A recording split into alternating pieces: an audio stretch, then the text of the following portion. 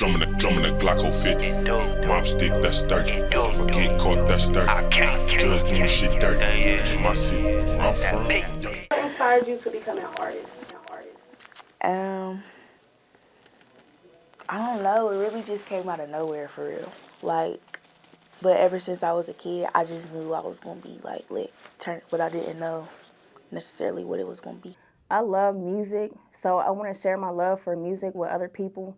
Sometimes I'll be in a car listening to music and I'll hear a mix oh, they go hard with that song. So, that just kind of inspired me to become a DJ so I could just share my love with other people. Love music, everything about it. Music gets me through the day. I started just rapping and writing music to myself. It was an outlet, something I like to do, something that I just kept to myself. And then I started letting people hear it, and they told me I was good. So fan, period. Hip hop fan, R&B fan. It's been like that for years. My family is into music. They always been into music. Cousins, uncles, things like that. Everybody's always been on the music scene. To release myself and express myself, you feel me? Hearing everybody's music and just being like, damn, that's hard, you feel me? I could do that. I could do that, you feel me? And then really seeing what music really is and really doing it. Shit, I love that shit. The way words get put together, and then the beats, and then listening to Gucci, Wayne, and some of the greats growing up, Pac, Biggie. I came out the womb in the shape of a G clef beatboxing. I came in this world beatboxing. That was my thing. So, the beatboxer didn't get a whole lot of shine. It was the rapper. The beat was okay, but it was really the rapper that was getting the shine. So, it was my thought process to be the one getting the shine, So that's what kind of all started for me. It was just something it just kind of happened. Everything that I do just happens. So I really don't get inspired to do it. It just happens. And then I guess once I'm doing it, I use motivation. I always loved music. I always loved Lil' Kim. I always loved Tupac. But I get that from my mom, though. So I just feel like being in them car rides on the way to school. Honestly, family. It was just like a family trade, so everybody pretty much did it, so it came natural. It just really came natural. And stuff like that, so it's just everything that's been happening, I promise I didn't plan it. It's just God did this. It's where he wanted me to be at. So I'm just thankful, for real. What inspired me to become an artist, I think, is just growing up watching LL Cool J, Snoop Dogg, Master P, the whole No Limit movement. It kind of motivated me. Tupac and the way No Limit was moving when they was moving back in the day. You know what I'm saying? I just knew that it was stuff that I was going through as a kid that I wanted to tell my story the way that they was telling their story. Actually, life events, shit that I go through. Shit, it's basically therapy. You know what I mean? It's talking to a therapist for free. Yeah, E40, all them niggas. So I just like the music, so I was 5 or 6. Actually was in a rap group called AFC, Another Fresh Creation, through high school. They had the breakdancers, beatboxers, and stuff like that. So that's what actually brought it to my mind. But I would say I more so inspired myself, me and my old friends. Situations that I went through in life, that was an outlet for me. What would you say is trying to get into the industry today and staying in the industry today? Trying to get in the music industry today is it's not impossible.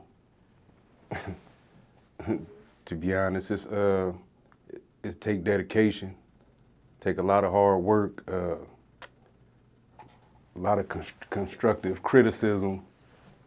You gotta stay relevant. You feel me? You gotta stay relevant. You gotta, you gotta do it for the people. You gotta get the people what they want. You feel me? It's a wave. So it's kind of hard. It's easy to get in the industry, but it's hard, because it's easy to make music, but it's hard to get your music heard. First, it's kind of easy. Everything happens so fast.